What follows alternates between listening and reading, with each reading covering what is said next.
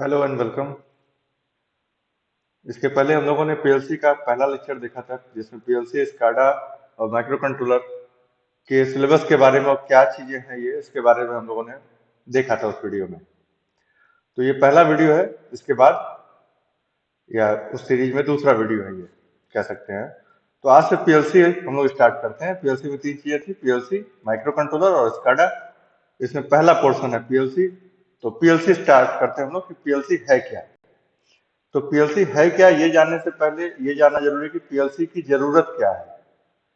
इस नाम वाली चीज की जरूरत क्या है आखिर। फुल फॉर्म वगैरह मैंने उस वीडियो में क्लियर कर दिया था, तो अगर आपने वीडियो नहीं देखा है तो पहले वीडियो देख लीजिए इसके पहले का, इसके बाद इस पे आइए। तो पीएलसी का मैंने बेसिक वहां बता रखा है। तो पीएलसी की जरूरत क्या है। देखिए, किसी भी जगह पे, किसी भी इंडस्ट्री में आपको चीजों को कंट्रोल करना होता है। तो कंट्रोल आप दो तरीके से कर सकते हैं। या तो मैनुअल कंट्रोल करिए, ठीक है, और या तो किसी मशीन से कंट्रोल करिए। मैनुअल कंट्रोल करने में गलतियां ज्यादा हो सकती हैं। मैनुअल कंट्रोल करने में मैन पावर ज्यादा लगता है, टाइम ज्यादा लगता है, पैसा ज्यादा लगता है, वर्क प्लेस की रिक्वायरमेंट ज्यादा होती है, ठीक है, तमाम दिक्कत होती है मैनुअल ऑपरेशन में। बट अगर मशीन ऑपरेटेड है तो कम हो जाती है, ठीक है। ये सारी प्रॉब्लम, चाहे आपकी मैन पावर की जरूरत हो वो भी नहीं रहेगा, ठीक है, गलतियां नहीं होंगी, प्रोडक्ट आपका लगातार निकलता रहेगा, प्रोडक्ट में कोई गलती नहीं होगी, मशीनें लगातार काम करती हैं, मैन लगातार काम नहीं करते। तो ये तमाम प्रॉब्लम है जिनको सॉल्व कर देती है मशीन। बट इसी मशीन का और अगर सुधार रूप देखा जाए तो अगर कंप्यूटर, अगर हम लोग कंप्यूटर को लगाते हैं तो क्या होगा। तो देखिए, कंप्यूटर मशीनों को कंट्रोल करता है, जैसे मोटर हो गए, तमाम चीजें हो गई, उनको कंट्रोल करता है। एक कंप्यूटर से आप तमाम मशीनों को कंट्रोल कर सकते हैं। तो एक कंप्यूटर पर बैठा हुआ इंजीनियर सभी मशीनों को कंट्रोल कर सकता है। तो कंप्यूटर मशीनों को कहीं बेहतर कंट्रोल कर सकता है, क्योंकि अगर आपको सिर्फ मशीन लगाना होगा तो हर मशीन के लिए एक व्यक्ति चाहिए, एक इंजीनियर चाहिए या एक टेक्नीशियन चाहिए जो कि उसको कंट्रोल करे। अगर आप सभी मशीनों को एक कंप्यूटर से जोड़ देते हैं तो आपको सिर्फ एक इंजीनियर चाहिए जो कि उस कंप्यूटर के जरिए सभी मशीनों को कंट्रोल कर सके। ओके। लेकिन प्रॉब्लम ये आती है कि कंप्यूटर से मशीन कैसे चलेगी। अगर हम इस कंप्यूटर में कोई बल्ब जोड़ना चाहें 100 वाट का, तो बल्ब इससे नहीं काम करेगा। कोई मोटर आप ऐड करना चाहते हैं अगर इस सीपीयू से या इस मशीन से या इस कंप्यूटर से, तो भी काम नहीं करेगा। अगर कोशिश करेंगे तो या तो मोटर खराब हो जाएगा या तो आपका कंप्यूटर खराब हो जाएगा। तो फिर किसी कंप्यूटर से किसी मोटर को, किसी बल्ब को या और भी जितने चीजें लगी होती हैं इलेक्ट्रिकली, उनको कैसे कंट्रोल किया जाए, ये मेन प्रॉब्लम है। तो आई होप आप लोग समझ पाएंगे कि पीएलसी की जरूरत कहां से आ रही है। ओके। अब प्रॉब्लम यही कि कंप्यूटर से हम डायरेक्ट कंट्रोल नहीं कर सकते, इसलिए हमको एक खास तरह का कंप्यूटर चाहिए जो कि कंप्यूटर का भी काम करे और मशीनों को भी कंट्रोल कर सके इनडायरेक्टली। यही काम करता है पीएलसी, प्रोग्रामेबल लॉजिक कंट्रोलर, जिसका फुल फॉर्म है। आइए देखते हैं कैसे करता है। ये ब्लॉक डायग्राम है पीएलसी का। अगर आपको सेमेस्टर एग्जाम्स में होंगे तो ब्लॉक डायग्राम पूछा जाता है, और अगर आप लोग प्रिपरेशन कर रहे हैं तो ब्लॉक डायग्राम समझाने के काम आता है कि कैसे वर्किंग होती है पीएलसी की। पीएलसी में देखिए कई पार्ट्स में आप डिवाइड कर सकते हैं पीएलसी को। एक तो है इनपुट मॉड्यूल, दूसरा है आउटपुट मॉड्यूल, ठीक है, तीसरी चीज है सीपीयू, जिसको आप कंप्यूटर बोल सकते हैं या सेंट्रल प्रोसेसिंग यूनिट बोल सकते हैं, चौथा है पावर सप्लाई, और पांचवा है एक एक्सटर्नल कंप्यूटर, इसकी जरूरत कभी कभी पड़ती है, ठीक है।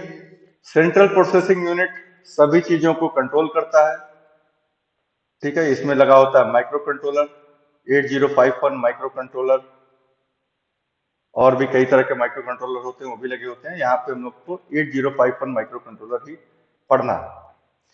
तो इसके अलावा रैम, रोम और तमाम चीजें लगी होती हैं। तो कंप्यूटर से रिलेटेड जितनी भी चीजें हैं वो सभी इस सीपीयू वाले बॉक्स में होती है। प्रॉब्लम यही है कि ये मेन कंप्यूटर है, ठीक है, सीपीयू मेन कंप्यूटर है। इसको आप डायरेक्ट अगर सप्लाई से ऐड करते हैं, एसी सप्लाई हो चाहे डीसी सप्लाई हो, 12 वोल्ट, 24 वोल्ट या 230 वोल्ट एसी, डायरेक्ट अगर आप ऐड करते हैं तो ये तुरंत खराब हो जाएगा, क्योंकि बहुत लो वोल्टेज पे काम करता है, और जैसे 5 वोल्ट और मिली एम्पियर में। इससे ना तो हम कोई बल्ब जला सकते हैं, ना तो कोई मोटर चला सकते हैं। इसके लिए हमको चाहिए इनपुट मॉड्यूल, जिसमें हम अपने तमाम इनपुट्स को जोड़ सकें। वो इनपुट मॉड्यूल उस वोल्टेज और करंट को कम करके, सेफली कम करके कंप्यूटर को दे। कंप्यूटर जैसा हमने प्रोग्रामिंग किया है, जैसे ये जो लैपटॉप है या जो डेस्कटॉप होगा, जो भी होगा आपके पास कंप्यूटर, इस कंप्यूटर से में प्रोग्रामिंग करके इसको हम अपलोड करते हैं सीपीयू में या माइक्रो कंट्रोलर में। ठीक है, जैसा आप प्रोग्राम करेंगे वैसा ही रिजल्ट सीपीयू देगा। बट प्रॉब्लम वही है कि सीपीयू से निकला हुआ वोल्टेज और करंट बहुत लो लेवल का होता है, इससे आप कोई बल्ब या मोटर या कुछ भी नहीं चला सकते। इसके लिए आउटपुट मॉड्यूल जुड़ा होता है, जिसमें हम मोटर, बल्ब, कंडक्टर, रिले या तमाम चीजों को जोड़ते हैं। इनपुट मॉड्यूल, आउटपुट मॉड्यूल और सीपीयू, इन सबको पावर सप्लाई चाहिए, तो पावर सप्लाई हम लोग यहां से देते हैं। ठीक है, कोई भी चीज बिना पावर के तो काम करता नहीं है। तो इनपुट मॉड्यूल में देखिए, जैसे इनपुट मॉड्यूल में हम लोग पुश बटन आप लोगों ने देखा होगा, प्रेस करते हैं तो चलता है, प्रेस नहीं करते तो नहीं चलता है। तो इस तरह से रेड पुश बटन होता है, नॉर्मली ऑफ करने के लिए चीजों को होता है। ग्रीन पुश बटन ऑन करने के लिए होता है।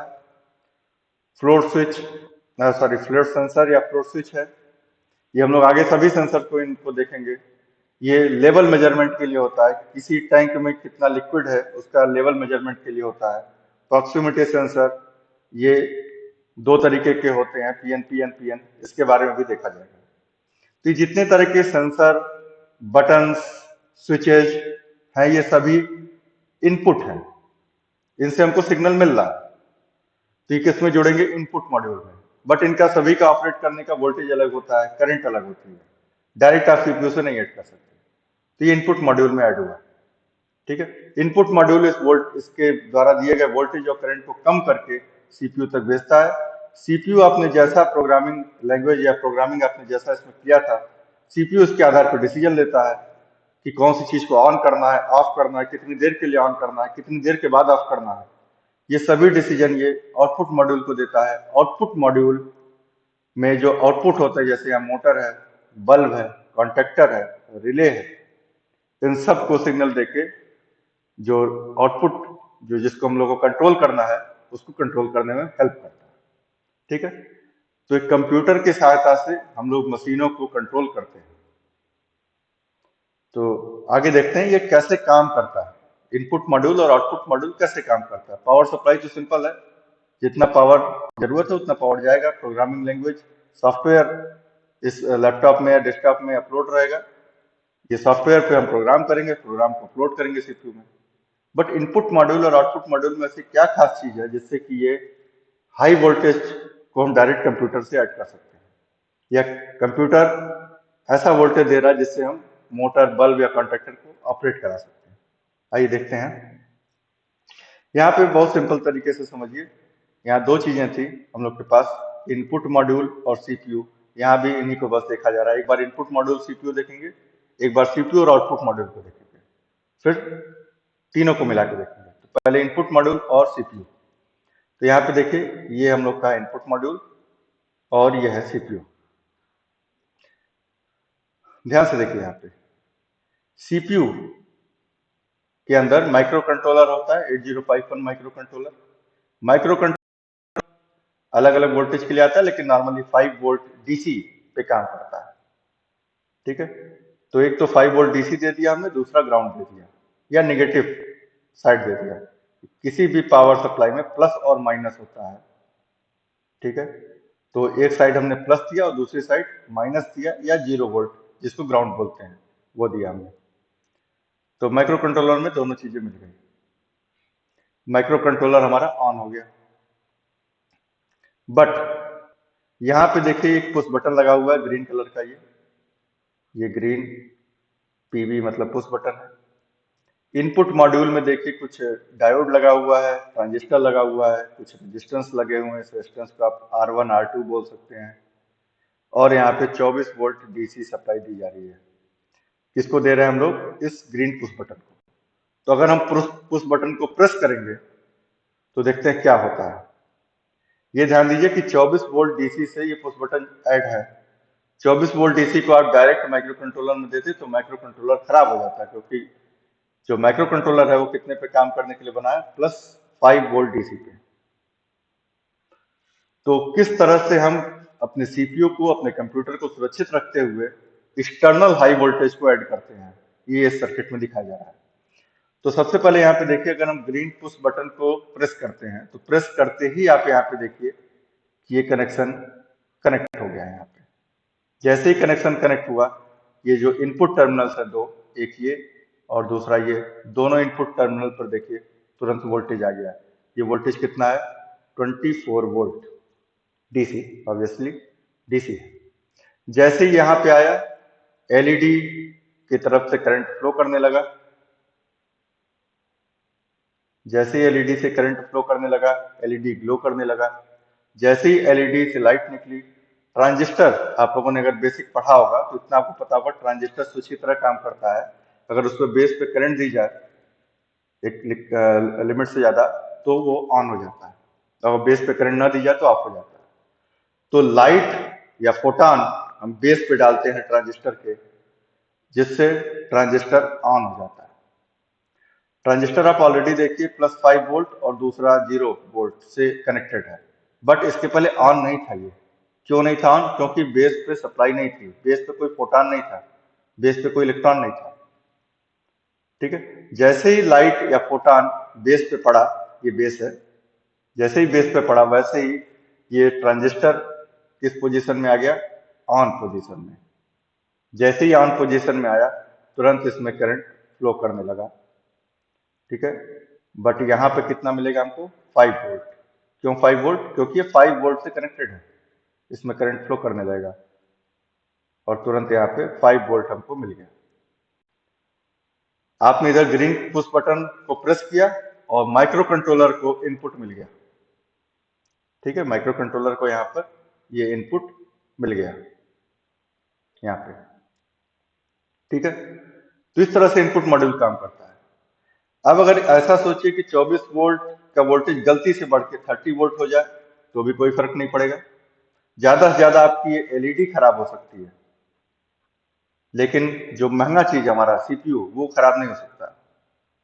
क्यों? क्योंकि ये बीच में आप देखिए आइसोलेटेड है। ठीक है, इसको बोलते हैं ऑप्टोकपलर, इसको बोला जाता है ऑप्टोकपलर। ये जो पूरी चीज है, ऑप्टो का मतलब होता है लाइट। तो दोनों सर्किट एक दूसरे से लाइट के जरिए कनेक्टेड है। जैसे ट्रांसफार्मर में होता है, दो वाइंडिंग एक दूसरे से फ्लक्स के जरिए कनेक्टेड होते हैं, वैसे ही यहाँ पर दोनों सर्किट एक दूसरे से लाइट के जरिए कनेक्टेड है। तो ऑप्टो कपलर दो काम कर रहा है, एक तो जो इनपुट है उसको आउटपुट से कनेक्ट कर रहा है, दूसरा इनपुट को सॉरी आउटपुट को यानी सीपीयू को बचा रहा है इनपुट के हाई वोल्टेज से। ठीक है, क्योंकि वोल्टेज बढ़ने से यहां पर कोई फर्क नहीं पड़ेगा, क्योंकि डायरेक्टली कनेक्टेड नहीं है। ट्रांजिस्टर इनपुट से डायरेक्टली कनेक्टेड नहीं है, लाइट के द्वारा कनेक्टेड है, प्रकाश के द्वारा। ठीक है, तो आई होप आप लोग समझ पाए होंगे। नेक्स्ट देखते हैं आउटपुट मॉड्यूल कैसे काम करता है। हम लोगों ने इनपुट में प्रेस बटन दिया था, उस बटन हमने प्रेस किया और इनपुट पहुंच गया सीपीयू के पास। सपोज करिए इनपुट आ गया है सीपीयू के पास। ठीक है, अब ये सीपीयू या माइक्रो कंट्रोलर जो है ये डिसीजन लिया है अपनी प्रोग्रामिंग के हिसाब से, और अब ये आउटपुट देगा। आउटपुट भी सेम चीज है, 5 वोल्ट और मिली एम्पियर में होगा इसका। एम्पलीफायर लगा के इसको बढ़ाते हैं। ठीक है, यहाँ पे जो हमें मिलेगा, ये मिलेगा 5 वोल्ट। 5 वोल्ट से आप किसी बल्ब को नहीं ऑन कर सकते हैं। 5 वोल्ट डीसी और कुछ मिली एम्पियर करंट से आप किसी बल्ब को ऑन नहीं कर सकते हैं। हाँ, लेकिन एलईडी को ऑन कर सकते हैं। तो जैसे यहाँ पे आपने 5 वोल्ट दिया, तुरंत एलईडी ऑन हो गई। आउटपुट मॉड्यूल में लगा हुआ ये एलईडी ऑन हो गया। जैसे एलईडी ऑन हुआ, फिर से ये ट्रांजिस्टर जो पहले ऑफ कंडीशन में था, क्योंकि बेस पे कोई फोटान नहीं पड़ रहा था, अब जैसे ही फोटोन पड़ा, ये ऑन हो गया। ऑन होते ही अब यहाँ पर देखिए ये किससे कनेक्टेड है, +12 वोल्ट डीसी से। ठीक है, जैसे ही ऑन हुआ +12 वोल्ट डीसी यहाँ पर मिलने लगा। ये जो चीज लगी हुई है इसको हम लोग आगे देखा जाएगा। अभी शॉर्ट में मैं आपको बता दे रहा हूँ, ये रिले है। रिले का क्या काम होता है, रिले को अगर आप कुछ थोड़ा सा वोल्टेज देते हैं तो इसमें एक स्विच होता है जो कि वोल्टेज देने पे ऑन या ऑफ हो सकता है। ठीक है, इनपुट वोल्टेज मिलने पर यह स्विच ऑन या ऑफ हो सकता है। तो जैसे यहाँ पे हमने 12 वोल्ट दिया, ये स्विच पहले ऑफ था, यहाँ पे ये इसका आउटपुट और ये है इसका इनपुट। इनपुट पर हमने जैसे ही 12 वोल्ट दिया, 12 वोल्ट डीसी पे काम करने वाला ये रिले है। जैसे हमने इनपुट पे 12 वोल्ट दिया, ये स्विच पहले ऑफ था, अब ऑन हो गया। और ऑन होने का मतलब कनेक्ट हो गया, ये दोनों वायर आपस में कनेक्ट हो गए। ठीक है, जैसे ये वायर आपस में कनेक्ट हुए, तुरंत 230 वोल्ट से कनेक्टेड यहाँ पे बल्ब ग्लो कर गया। 230 वोल्ट 100 वाट इनकंडीसेंट लैंप है, या इसको आप बल्ब बोलते हैं।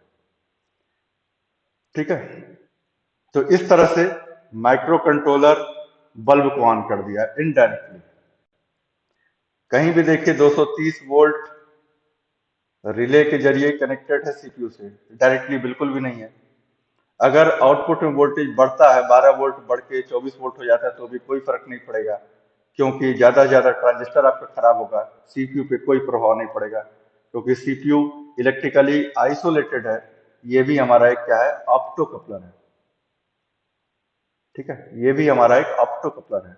ऑप्टो मतलब लाइट, लाइट के द्वारा दो इलेक्ट्रिकल सर्किट को आपस में कपल किया गया है, मतलब जोड़ा गया है, बिल्कुल ट्रांसफार्मर की तरह, जैसे ट्रांसफार्मर एक दूसरी वाइंडिंग को फ्लक्स के जरिए कनेक्ट करता है। तो इस प्रकार इनपुट में अलग वोल्टेज है, सीपीयू का अलग वोल्टेज है और आउटपुट का अलग वोल्टेज है। और सीपीयू इनपुट से सिग्नल लेके आउटपुट को सिग्नल देता है, उस सिग्नल को वेरी करा के हम लोग आउटपुट को कंट्रोल करते हैं। तो लास्ट में यहाँ पे तीनों चीजों को आपस में मिला के आप देख सकते हैं। लास्ट में मैं एक बार फिर से आपको बता दे रहा हूँ, 24 वोल्ट डीसी सप्लाई हमने दिया। जैसे ही पुश बटन प्रेस हुआ, ये कनेक्ट हुआ आपस में, कनेक्ट होते ही यहाँ पे तुरंत 24 वोल्ट डीसी आ गया।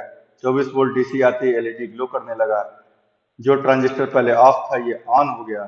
ट्रांजिस्टर ऑन होते ही यहाँ पे हमें कितना मिलेगा, 5 वोल्ट। क्यों, क्योंकि ये 5 वोल्ट डीसी से कनेक्ट है। माइक्रो कंट्रोलर को 5 वोल्ट मिला, माइक्रो कंट्रोलर को हमेशा 5 वोल्ट मिलेगा। 24 वोल्ट को आप बढ़ा देंगे या घटा देंगे कोई फर्क नहीं पड़ेगा, क्योंकि यहाँ पे ये कनेक्टेड किससे है, +5 वोल्ट से। तो माइक्रो कंट्रोलर को +5 वोल्ट मिला। माइक्रो कंट्रोलर अपनी प्रोग्रामिंग के अनुसार सिग्नल देगा या नहीं देगा, जैसे उसकी प्रोग्रामिंग है। तो यहाँ पे इसने सिग्नल दिया +5 वोल्ट का। ठीक है, ये सिग्नल आउटपुट मॉड्यूल के एलईडी में गया, आउटपुट मॉड्यूल की एलईडी ऑन हुई, जिससे वापस से ये ट्रांजिस्टर ऑन हो गया। जैसे ये ट्रांजिस्टर ऑन हुआ, ये ट्रांजिस्टर के क्रॉस जो वोल्टेज लगा हुआ ये है +12 वोल्ट डीसी, तुरंत इसके टर्मिनल पर 12 वोल्ट डीसी मिलने लगा। और ये 12 वोल्ट डीसी रिले को मिला। जैसे ही रिले को 12 वोल्ट डीसी मिला, रिले का आउटपुट क्लोज हुआ। रिले का आउटपुट क्लोज होते ही 230 वोल्ट 100 वाट की ये इनकंडीसेंट लैंप ग्लो करने लगा, ऑन हो गया। ठीक है, ये ग्लो करने लगा। इस तरह से आप एक तरफ पुश बटन प्रेस करते हैं, कंप्यूटर को सिग्नल भेजते हैं, कंप्यूटर जैसा आवश्यक होता है वैसा काम भी करता है। ठीक है, तो इस तरह से हम लोग एक कंप्यूटर के जरिए हाई वोल्टेज को, एसी हो चाहे डीसी हो, उसको कंट्रोल करते हैं। तो आई होप आप लोग को समझ में आया होगा कि पीएलसी बेसिक तरीके से कैसे काम करती है, कैसे कंप्यूटर चीजों को कंट्रोल करता है, इलेक्ट्रिकल सर्किट को, जो कि एक नॉर्मल कंप्यूटर नहीं कर सकता। तो PLC is a computer but not a personal computer, it a special type of computer. जिन चीजों में माइक्रो कंट्रोलर लगा है उन सबको हम कंप्यूटर बोल सकते हैं, बट ये स्पेशल टाइप का कंप्यूटर है। कैसे, क्योंकि हम इसमें इनपुट मॉड्यूल और आउटपुट मॉड्यूल ऐड करके इसको इस काबिल बना दिए हैं कि ये इलेक्ट्रिकल सर्किट को कंट्रोल कर सकता है। तो आई होप आप लोग को ये समझ में आया होगा वीडियो। अगर वीडियो समझ में आया है या कोई क्वेश्चन है अगर, तो कमेंट बॉक्स में बिल्कुल पूछिए। नेक्स्ट में हम लोग देखेंगे कि जब पीएलसी नहीं था तो पीएलसी जैसा काम कौन करता था, कौन कंट्रोल करता था। जो इंडस्ट्री में तमाम मैकेनिज्म चलते हैं, ऑटोमेशन चलता है, उनको कौन कंट्रोल करता था, तो वो रिले कंट्रोल करता था। तो रिले के बारे में हम लोग नेक्स्ट वीडियो में देखा जाएगा, जल्दी ही नेक्स्ट वीडियो आएगा आपका। पहला इस वीडियो में थोड़ा लेट हो गया, पर नेक्स्ट वीडियो जल्दी ही आएगा। रिले के बारे में हम लोग डिटेल देखेंगे कि रिले कैसे कंट्रोल करता था, और रिले में ऐसा क्या खराबी थी या क्या नुकसान था, क्या डिसएडवांटेज था कि हमको पीएलसी बनाना पड़ा, पीएलसी पे आना पड़ा। चलिए देखते हैं। Thank you.